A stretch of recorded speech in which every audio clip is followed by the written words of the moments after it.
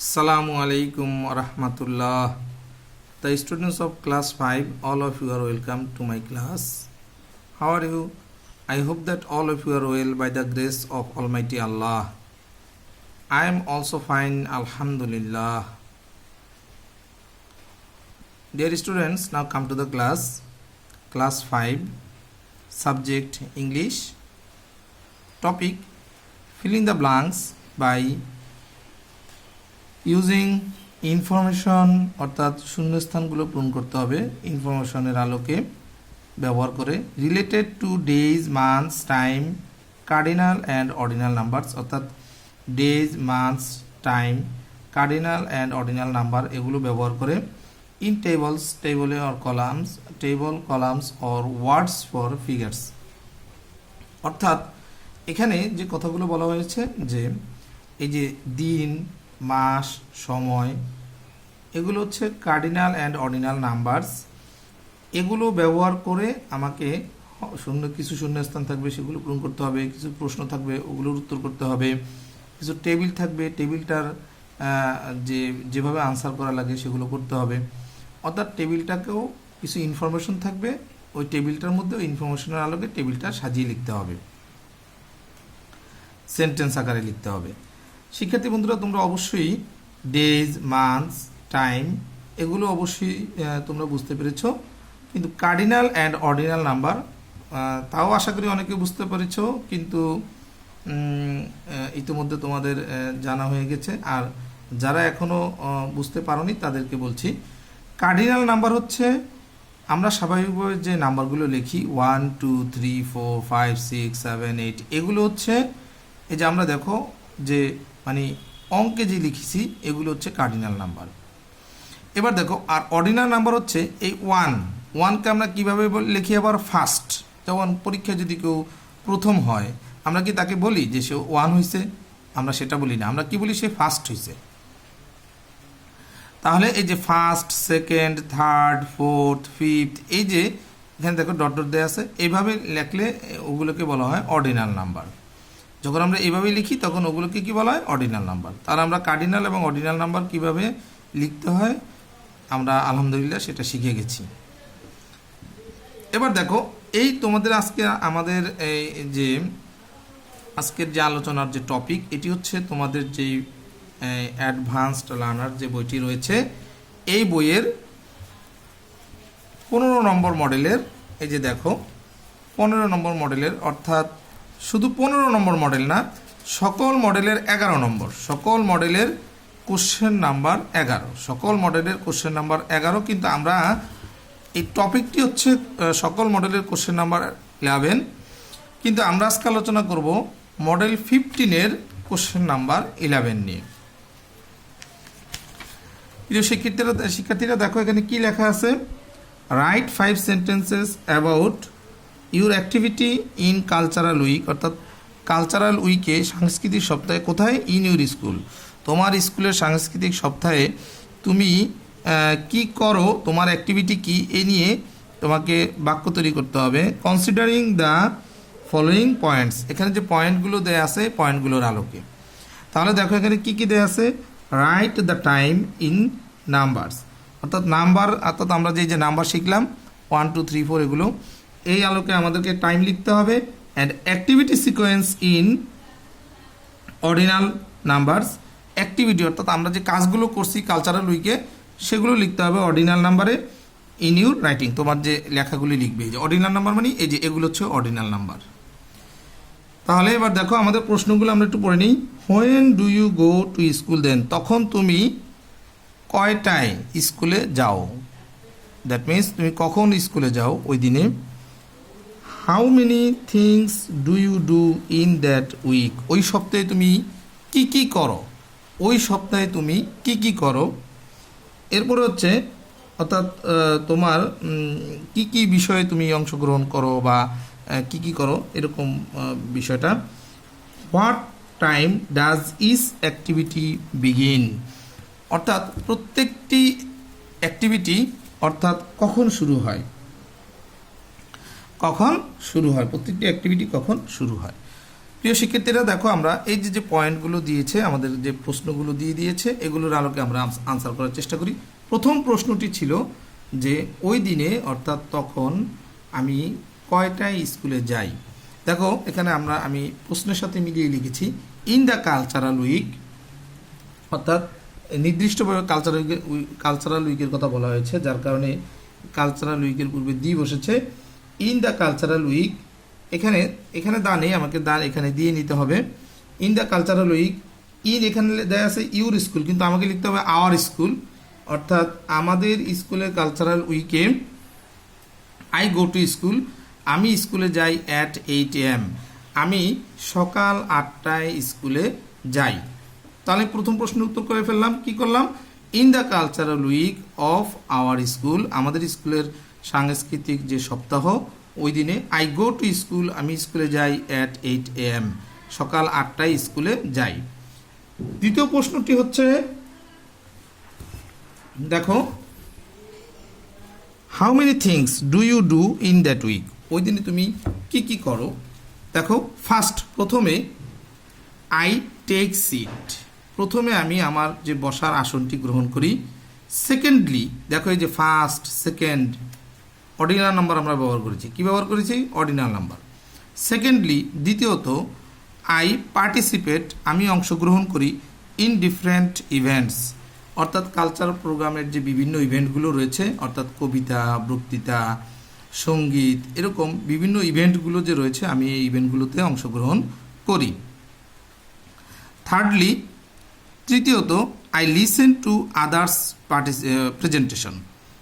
Thirdly, তৃতীয়ত I listen, আমি শুনি, টু আদার্স প্রেজেন্টেশন, অন্যদের উপস্থাপনা শুনি।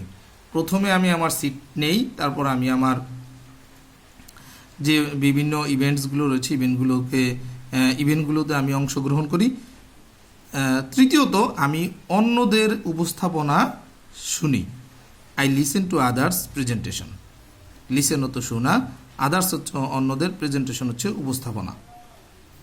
লাস্টলি, অবশেষে আই রিটার্ন হোম, আমি বাড়ি ফিরে আসি at the ending of the events, অর্থাৎ এন্ডিং মানে শেষ হওয়া, অ্যাট দ্য এন্ডিং অর্থাৎ শেষে, অফ দ্য ইভেন্টস, সকল ইভেন্টগুলো যখন শেষ হয়, তখন আমি আমার বাড়ি ফিরে আসি। এরপরে এখানে বলা হয়েছে যে ইভেন্টগুলো কখন শুরু হয়। এখানে লেখা আছে দেখো, ইস অ্যাক্টিভিটি বিগিনস, প্রত্যেকটি কার্যক্রম শুরু হয় অ্যাট 9 AM, সকাল 9টায় সকল কার্যক্রম শুরু হয়, অর্থাৎ সকল অ্যাক্টিভিটিগুলো শুরু হয় সকাল 9টায়। ইস অ্যাক্টিভিটি বিগিনস অ্যাট 9 AM। প্রিয় শিক্ষার্থীরা, আশা করি তোমরা এটি বুঝতে পেরেছো। যারা এখনও লিখতে পারোনি অবশ্যই লিখে নাও। আমি আশা করি তোমাদের এই যে আলোচনাটুকু করেছি তোমাদের এখানে কোনো বুঝতে সমস্যা নেই। দেখো তারপরে আমাদের এখানে দেখো, এখানে অর দিয়ে দেয়া আছে। এখানে অরে কি দেওয়া আছে দেখো, ফিলিং দ্য গ্যাপস, গ্যাপগুলো পূরণ করতে হবে বাই রাইটিং দ্য টাইম, সময় লিখে, সো দ্যাট, যাতে দ্য স্টোরি মেক্স সেন্স, অর্থাৎ যেন গল্পটি একটি সেন্স তৈরি করে, অর্থাৎ টাইম সেন্স।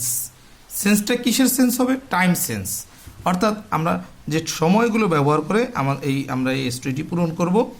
স্টোরির মধ্যে যে গ্যাপগুলো রয়েছে এগুলো পূরণ করব। দেখো এখানে কি লেখা আছে, Kamal is my friend, Kamal আমার বন্ধু, হি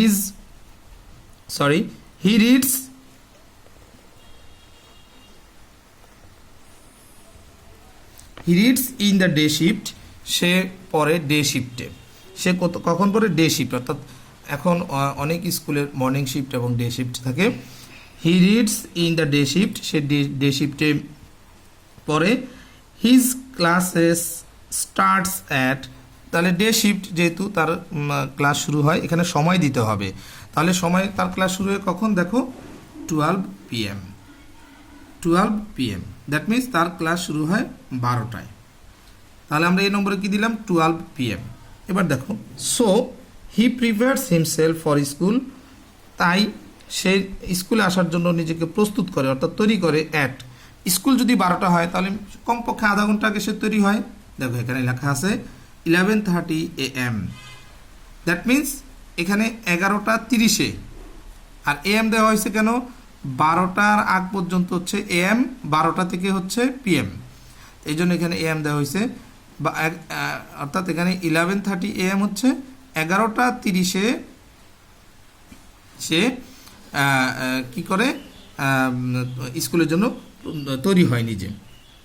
হি গেটস হিজ টিফিন ব্রেক, সে তার টিফিনের জন্য যে বিরতি পায় অ্যাট, কয়টায় টিফিনের জন্য বিরতি পায়? এটা আমরা জানি যে স্কুল শুরু হওয়ার 2 ঘন্টা বা 3 ঘন্টা পর অনেক সময় বিরতি হয়।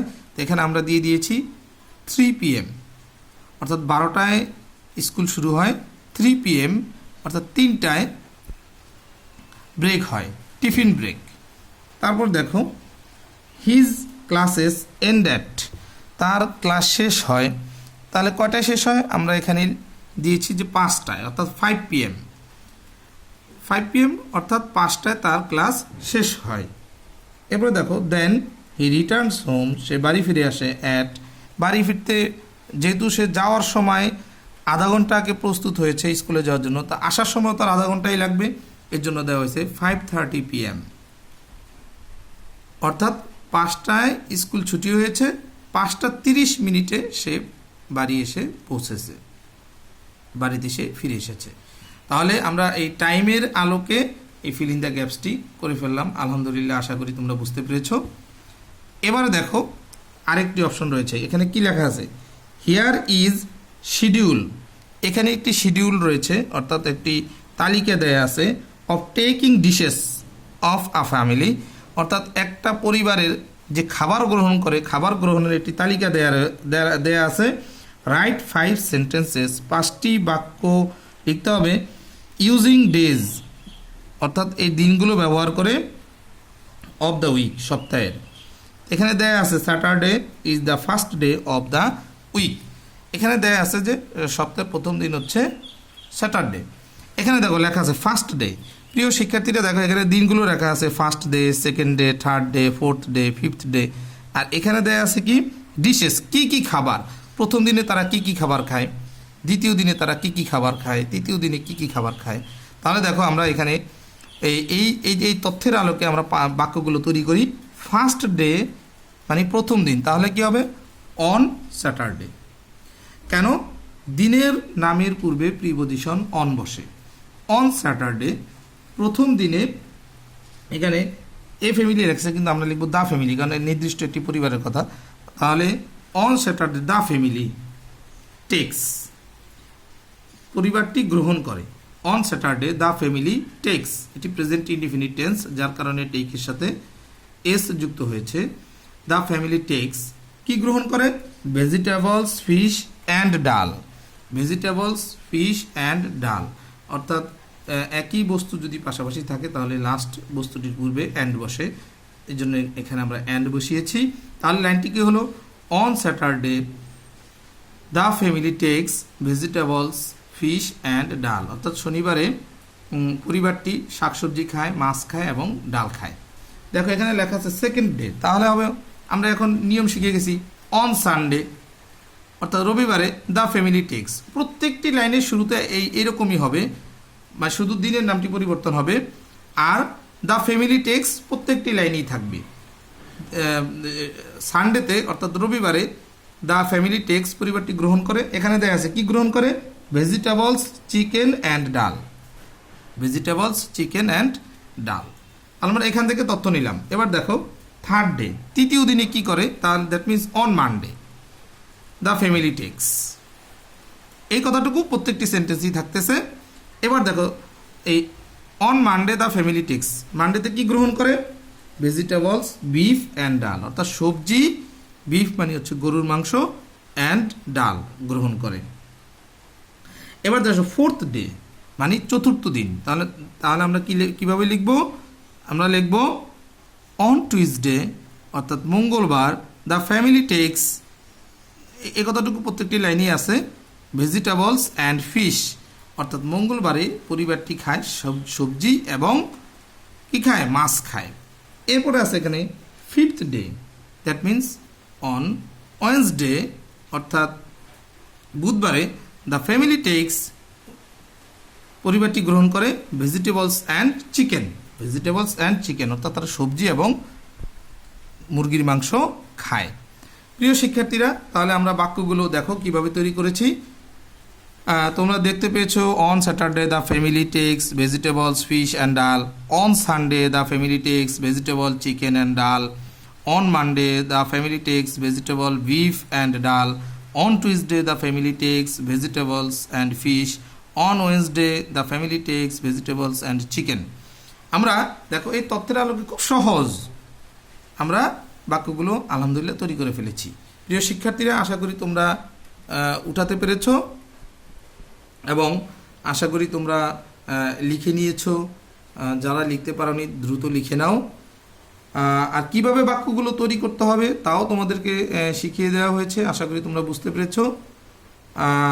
এর আলোকে অর্থাৎ আজকে যে 11 নম্বর টপিকটি তোমাদেরকে বুঝিয়ে দেওয়া হয়েছে, এর আলোকে বাকি টপিকগুলো আশা করি তোমরা পড়তে পারবে। তোমাদের যে প্র্যাকটিস বই রয়েছে এই বইয়ের তোমাদের হোমওয়ার্কটি হচ্ছে এই প্র্যাকটিস বইয়ের বাকি যেই 11 নম্বরের হোমওয়ার্কগুলো 11 নম্বর যে টপিকটি রয়েছে এই 11 নম্বর টপিকের হোমওয়ার্কগুলো তোমরা করে ফেলবে। আর প্রিয় শিক্ষার্থীরা, আশা করি তোমরা সুন্দরভাবে মনোযোগের সাথে বুঝতে পেরেছো। আর যেমন তোমাদের আজকে আমি 15 নম্বর মডেলের 11 নম্বরটি দেখিয়ে দিয়েছি। তোমরা আগামী ভিডিও আপলোড হওয়ার আগ পর্যন্ত বাকি যেই 11 নম্বরের টপিকগুলো রয়েছে আশা করি এগুলো তোমাদের হোমওয়ার্ক হিসেবে তোমরা করে ফেলবে। তোমরা ভালো থাকো, সুস্থ থাকো, নিরাপদে থাকো। আসসালামু আলাইকুম রহমতুল্লাহ।